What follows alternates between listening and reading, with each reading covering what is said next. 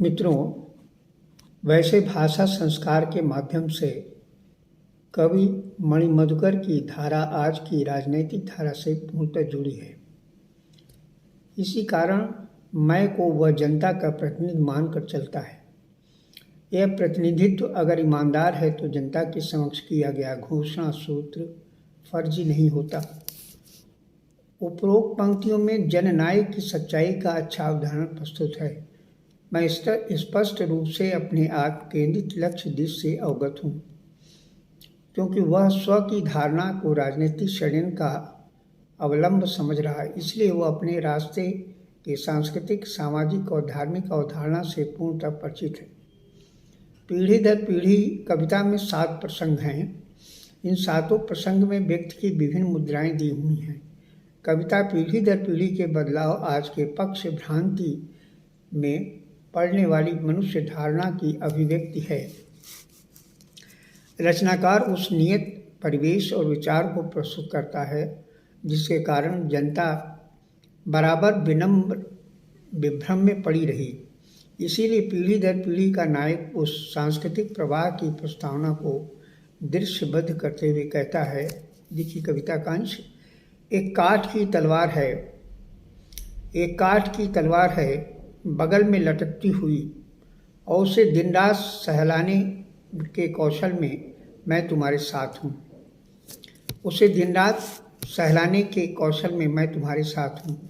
यह विचार उस काठ की व्यवस्था में स्पंदित है जिसमें किसी प्रकार का अर्थ खोजना, अस्तित्व और अभिव्यक्ति को पीटना भर है।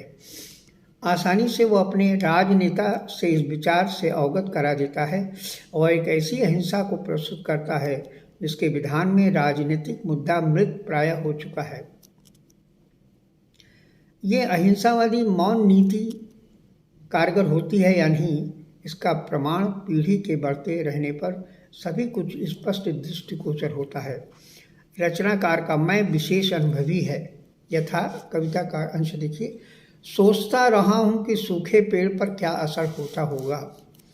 सोचता रहा हूँ कि सूखे पेड़ पर क्या असर होता होगा। मल्हार का टूटी हुई चरखी के तकिए पर कैसे लपेटा जाता होगा सूत, और इस तरह लकवे से टेढ़ा गई उंगलियों के जरिए निकाला गया घी कितने लोगों की थाली तक पहुँचता होगा। इस तरह लकवे से टेढ़ी गई उंगलियों के जरिए निकाला गया कितने लोगों की थाली तक पहुंचता होगा। इतने अनुभव के पश्चात भी मैं को कितना अवकाश नहीं मिलता कि ये सोच जैसे शब्द की ओर आकर्षित हो। वह इस एक हाथ से ताली बजाते हुए संकेत की समझ अवश्य जाता है, किंतु उसके खिलाफ ऐसा कोई घोषणा पत्र या विक्षुब्धता नहीं पैदा करता जिससे कि उसका ये निरर्थक युद्ध षड्यंत्रकारी जाल टूट सके। वहीं से अप्राकृतिक चरित्र हत्या का प्रारंभ होता है। विगत समयों में इसी तरह के वातावरण का युवा वर्ग पर हावी चरित्रों का पर्दाफाश हुआ, किंतु जनता के समक्ष किसी प्रकार मानवीय कल्याण चेतना के विकल्प का नवजागरण नहीं हुआ। इसकी वही वजह है कि राष्ट्र के नायक किसी भी संप्रदाय या जाति के संचालन में तटस्थ नहीं रहे, बल्कि दिन प्रतिदिन बढ़ती हुई आत्मकुंठा की यथास्थिति को व्यक्ति निष्ठा के माध्यम से निर्णय जन्मते रहे, जिससे रचनाकार ने महसूस किया और कहा। देखिए कविता की लाइन है। तभी नफरत से उबलते हुए कुछ शब्द उछले और मेरे ललाट पर चिपक गए। जोर से थूक दिया किसी ने मेरे चेहरे पर, गरम गरम पोलतार पोतकर मुझ पर हड़ हंसने लगा कोई। ये आत्म प्रताड़ना प्रकट होते ही व्यक्ति के अंदर सुनियोजित प्रभावशाली शक्ति शास्त्र संघर्ष के लिए उतारू चौतरफा उस व्यवस्था या नेता को वर्ग भेद, जाति भेदक दृष्टि देखते हैं। वह अपनी श्रृंखला में जिस मीनार रूपी महत्वाकांक्षा को संवेग और संवेदन के आधार पर निर्मित हुए मामूली आदमी की कल्पना में लीन वर्ग यथार्थ में विलीन होकर अपने प्रतिनिधित्व करने वाले अबूझ आदमी को सही तर्क पर नकार देता है।